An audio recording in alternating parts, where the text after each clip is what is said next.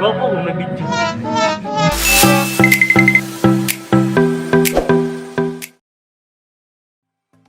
Hello sa itong mga amigo, mga amiga diha, kumusta?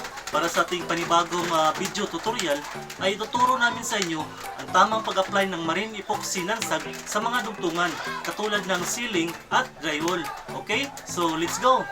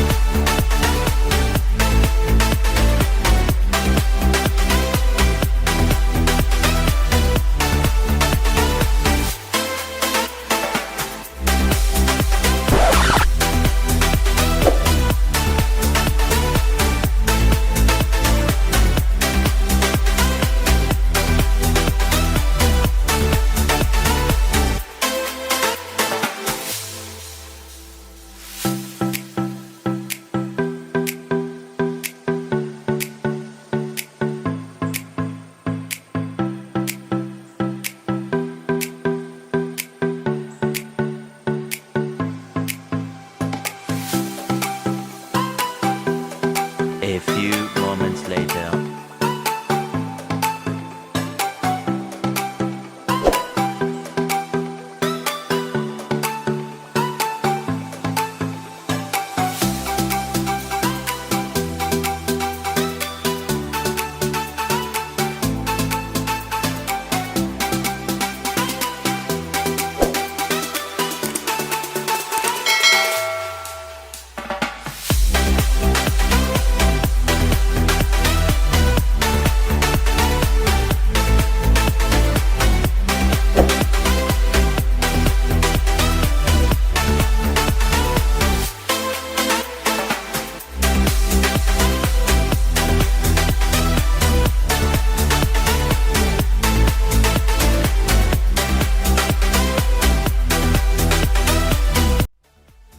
So ayan mga idol, kung napapansin niyo sa ating ginagawa, bago tayo mag-apply ng marine epoxy non-sag sa mga dugtungan katulad ng walling at ceiling, lagi nating tandaan na dapat ang mga gap nito ay mayroong clearance, mga 2.5 mm more or less. Make sure din na ang mga rivets natin or hard screw ay nakabaon, para kunti na lang ang ating habulin kapag mag-apply tayo ng marine epoxy non-sag and putty. Okay? At pagkatapos natin ma-i-apply ang marine epoxy non-sag, isunod natin ikabit ang fiber mesh tape para siguradong kakapit. Mas maganda kung basa pa ang marine epoxy non-sag, tapos isunod natin ang fiber mesh tape. Okay? So ganun lang mga idol, ganun lang siya kasimple. And shoutout ka pala sa ating mga certified painter kay Rogin Boy Rugador and Marlon Cuyo. So shoutout sa inyo.